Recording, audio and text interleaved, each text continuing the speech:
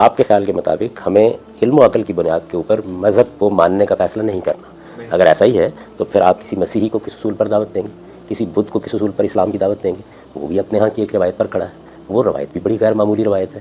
تو وحی کے مقابل میں سوال نہیں ہے, سوال یہ ہے کہ پہلے میں یہ مانوں گا کہ میں کس کو صاحب وحی مان رہا ہوں. محمد الرسول اللہ کو میں نے صاحب وحی مانا ہے تو علم و عقل کی بنیاد پر مانا ہے. مسیح علیہ السلام کو صاحب وحی مانا ہے تو علم و عقل کی بنیاد پر مانا ہے. یہ مان لیا. ماننے کے بعد جو کچھ وہ فرما رہے ہیں سر تسلیم خم. اب وہ کیا فرما رہے ہیں اس کے لیے بھی تحقیق کی جائے گی, اور جو کچھ لوگوں نے ان کے فرمان کو سمجھا ہے وہ پھر انسانی کام ہے, اس پر بھی تحقیق کی جائے گی.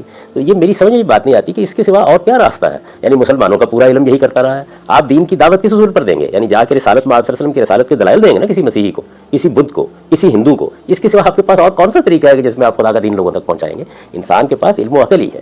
میں اس کو علم و عقل کا تقاضا سمجھتا ہوں کہ جب میں نے محمد الرسول اللہ صلی اللہ علیہ وسلم کو اللہ کا پیغمبر مان لیا تو اب مجھے پہلے ماننا ہے, سر تسلیم خم کرنا ہے, اس کے بعد سمجھنا ہے. لیکن سمجھنا ہے اور پھر ماننا کس کو ہے؟ اس بات کو ماننا ہے جو رسالت میں آپ صلی اللہ علیہ وسلم کی نسبت سے ثابت ہو جائے. یعنی آپ اصل میں چاہتے یہ ہیں کہ جو بات بھی آپ کی نسبت سے کہہ دی جائے, کوئی شخص بھی کہہ دے, اس کو میں آپ کی بات مان لوں. تو پھر سوال یہ ہے کہ آپ کے محدثین دلیل کیوں طلب کرتے ہیں؟ وہ تو راویوں کا بھی کچا چٹا کھول کے رکھ دیتے ہیں, ایک ایک شخص کے کردار کی تحقیق کرنے نکل کھڑے ہوتے ہیں. تاریخی طور پر مناسبت نہ ہو, آپ تین ہی چیزیں بیان کرتے ہیں نا اس میں, یعنی ان کی وساطت دیکھی جائے گی, یہ دیکھا جائے گا کہ ان کا حفظ و اتقان کا ایسا, یہ دیکھا جائے گا اتصال ہوا یا نہیں ہوا.